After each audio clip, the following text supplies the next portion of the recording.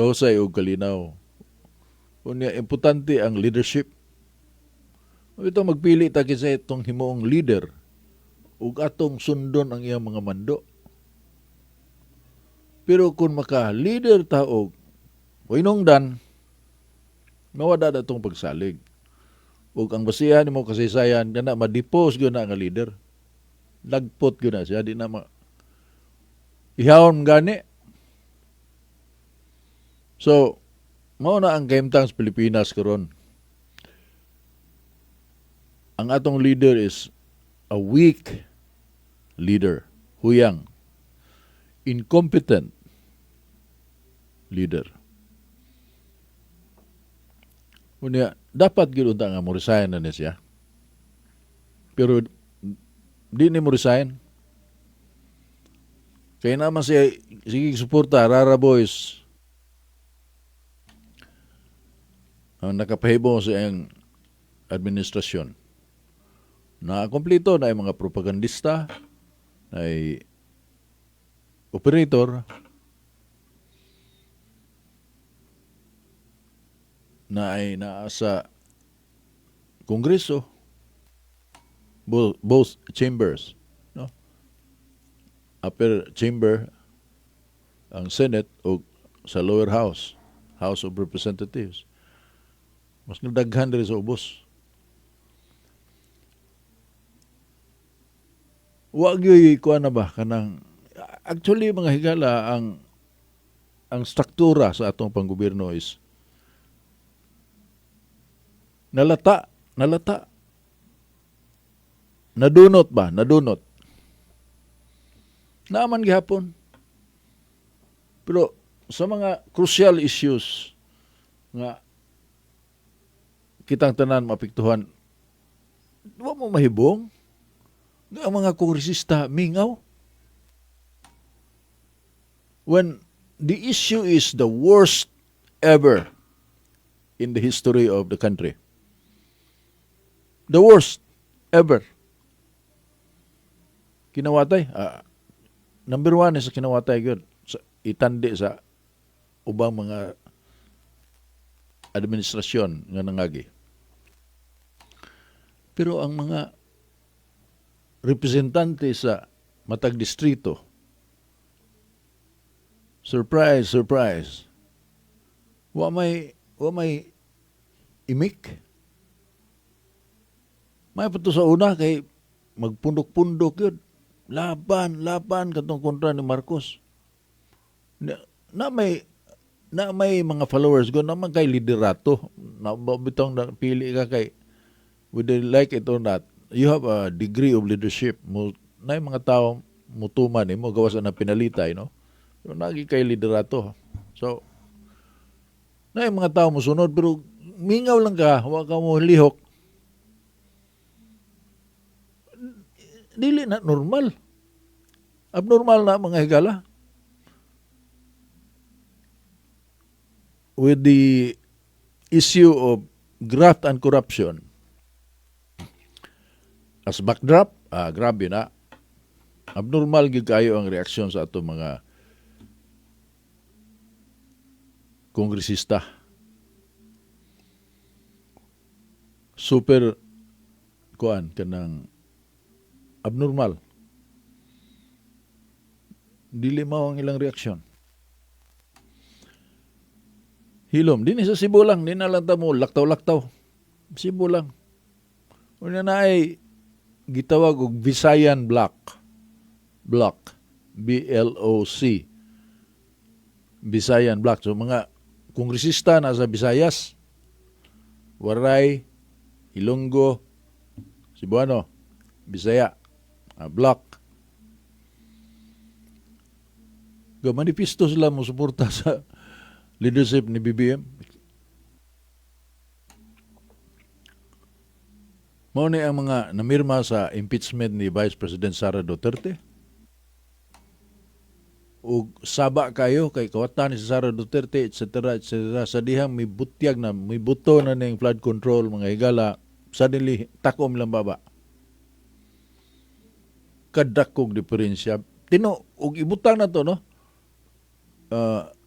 presuming nga tinuod ang pasangil nga 125 milyones ang nakawat ni Sara, kawat yun na. Pero kuha na, presuming lang kay wa man na maprubahe yung nga gikawat na. Ang kuwa, why problema? Isyuro yun na siya, nagihurot sod sa 11 kadlaw, gi-explikar sa na anong nahurot man na sod sa 11 kadlaw. Gi-explikar sa na, og dili lang yung kanabang super bias ba, makasabot ka sa explanation. Nga, ug dili hutdon o gasto, mo revert ng kwartaha balik sa national coffers. Na may allocated na daan nga, kuan, na may gastuhanan ba nga, giandam na daan nga gastuhan. Mabitaw na ngayon kwarta, pandugay mo gihatag ang kwarta. So pag abot sa kwarta, gigasto. Siyempre nahurot. Gimong isyo nga, bida. Kanang waldas, intelligence man, gipasabot mismo ang ombudsman, may pasabot nga, di man na mo isulti kinsay kanang nakadawat anang kwartaha. Kaya masunog man na, intelligence good. Intelligence fund. Pero wala kayo na. Grabe ang diskusyon anak mga higala. Wala ka duot na isyo ha. Pero worst, ngano tungod kay the worst part is, sa dihang may buto na ning dagko kay kantidad, binilyon, o niya, naagay, may piyait, ngilo man. Nangilo magalit. Kaning moral compass na to, consistent man eh. Ug dili consistent imong compass, gubaon ang compass. Mao na karon mga higala. Unya, kuan, kanang, ang kuan ko, di aman sa social media ang kuan kanang, flow of information diya sa social media. Klase-klase lang. Pero kung ka, keen observant ka, makita nimo dito ang tumong ba. Sa Senador Ping Lacson, ipa-imbestigar na siya ang budget ko doon sa Dolomite. Ipa-imbestigar niya. Unsa na yabag naman eh. Katong kongresista nga budlot og mata, nga gi-fire out panahon ni Duterte kay gastador kayo, kapila mo larga sa abroad. Nahibawan Duterte nga, kaunsi ka naman mo larga, kaunsa mo ka dito. Awan gitangtang dayon. Muna nga, nasuko siya, iyang ipa-imbestigar ang Dolomite Beach dito sa Manila. Kini po si Lacson, ipa-imbestigar niya ang pag-budget kuan kanang wala bitaw po panagana, dili na magpa-cute-cute. Kuan gyud, garapalan gyud. Garapalan gyud. Gatuo sila nga kakita niya na. So mao ni resulta di magigala sa nagkatag lang ang sistema na to ba. Kaya nga pa'y, butang, can you think of a scenario nga two-party system ta? Kining tanan din may tabo, oy. Ang atong kuan kinini ang makuha nga tinubdan sa mga balita, gikan gyud sa mga taong ligdong, gikan sa argumento nga dili pataka. Karon bisag kinsa na lang. May mga komunista, unsa naman itabo sa mga komunista? Nga maghimo gid balaod nga anti-red tagging, mapriso kag mga himingan kag ang tuhana nga komunista na. Pero kita mo nimo nang recruit kabataang makabayan nang recruit na sa ilang kuang yun, ilang tarpulin nang recruit nga sud na mo sa NPA. Unsa man ang klasiya sa panggobyerno eh. Na napailain ay kanabang this is how good they are. Nakasabot sila nga daghan ang mga ignorante ba ng mga tao. Example na ano, kanang inantigo ba minarunong katong panahong Gloria Arroyo. Gisequester nila tong balay sa Panglao, sa beach, sa Aluna Beach. Dito sila nag-meeting. Gipawag ang suga. Unya pag kuan gion siga siyempre gion god. Ang balita na kunoy Corintis Panglao electrified na, energized na ang Panglao. Mo na national news. Hagbay pang nagsiga ng bumbilya dito sa Panglao. Panahon pa ng Marcos Sr. Pero sa balita, misiga na. So, epekto ato nga, di pa masika ng Panglao sa unadong. So, ang mga tao dito sa Hulo, dito sa Batanes, nga waka na, amin ninapitan Panglao, murag remote yung kayo ng area niya. May atong presidente, energize. Yun ana nga gimmick ba? Daghang ma-misled bitaw. Kining ka Pinglakson. Mamsad ni. Iyang gibasa ang mga distrito nga nakadawat o kwarta gikan sa gobyerno, pinagi ng AIC, AKAP, musa ng mga ngan, panghatag ba? Unya ang first o second district sa Davao kay dako man. Wasa mo hisgot ka. Dito sa mga kontra nilang Duterte, paingon ko tahaboy gahatag ato. Kay na-notice man nga mo burot ang panghatag panahon sa eleksyon. Hindi mo us-us na po na may data. 2023, pagka 2024, saka hindi ko accurate kayo sa tuig nga na-eleksyon. But ang point nga na-eleksyon, musaka ang kanang mga dole-outs, mga tao pinagi sa DSWD. Hinabang sa mga kabos in tao na to nga mga kaigsunan. Pamalit kog buto god. Ya, ang iyang hisgutan wa siya mo hisgot nga gigamit na ingon siya nga nakasabot siya nga gigamit na sa eleksyon. Pero wa siya mo hisgot kinsa may gagasto, kinsa may nanghatag na dito sa Davao. Ug yato atong giklaro nga ang mga kontra man ning Duterte man ning dako kay gi-budget ang Davao kay aron mapildi ng mga Duterte diha. Kinsa may naghatag sa kwarta? Martin Romualdez. Aron mapildi ang mga Duterte da Davao o ilang mga kaalyado. Pero wa na niya hinganli. Half truth and half lies ba? Season na gyud kaayo sa politika mga higala. Namusan na gigamit karon ni Risa Hontiveros. Kato si Jimmy, ngilngig to. Kuyog siya sa kanang out of town cabinet meeting ni Ramos. Kay na may tapok.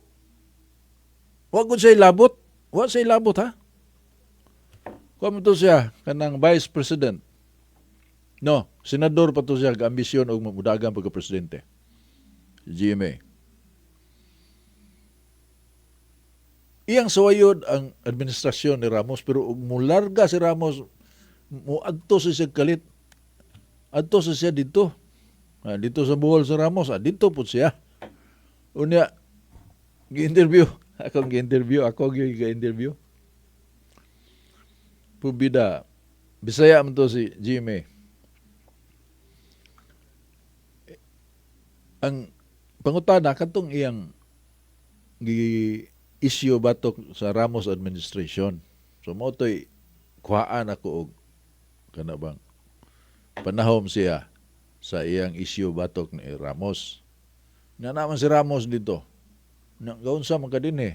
O, ni mga ka-apil sa gabinete niya. So, mo na direksyon sa unta sa ako mga pangutana. Pag pangutana na kung mayro dong, ditso man lang dayon o salamat sa mga supporters dong. Wag yun mo hisgot sa topic, bungol ba? Ang iyang yun nga, ang iyang agenda mo mugawas sa kahanginan. That was the second time. Kay katong diha pa ko sa DYRC, maong gyapon na kalit na nag-abot dito, payong, kuyog sa iyaya. Jimmy. Mo na yung mga technique sa mga naay advisor hindi may tabuog. Kung naagay ga advice nga this is the way to go. Pero ba nang matuog ka sa Pasil, katong gihimo ni Tami Osmeña, kandidato siya sa bago pa siya, di pa kaibaw siya binisaya. Gi-advisean mo siya ito nga, katuog sa Pasil.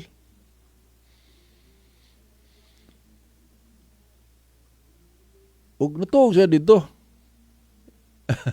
Ingon ko no si Tami ba, mga marites, ingon ko no nga, mahimo ba nga anhi ko sa inyo mo pahulay karong gabi limited kag binisaya ba?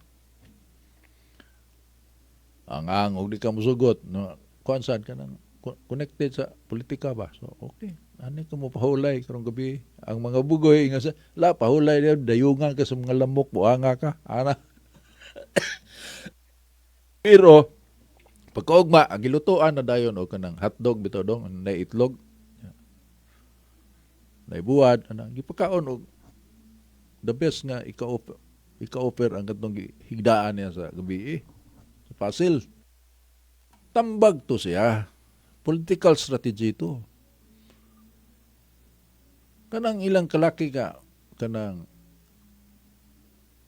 mangugos. Pero kana noon, dili man na ingog sila'y voluntaryo na. Kana sa mga tao nga, ikaw kugos. Ikaw may mulod sa kasal, kumpare na mo. Pero kanang mga scheme ngayon ni ana ba? Kuha na siya, kanang didli na siya. Kuha na siya, kanang minarunong. Lakton ko pagkasulti, mga higalam, minarunong na siya. Dili na honest, minarunong na. Kanunay mabiktima tao na ang mga kuwang ba sa panuki-duki ba? Kay madungog man na nimo sa intro o extra sa tulumano ni anhing Attorney Ruben Canoy ang lungsod nga nasayon. May maghatag og kalig-on sa demokrasya. Apan ang lungsod nga mapasagaron mo'y sana dong sa atong kahuyang sa atong kagawasan. Ikiyo ko na dong.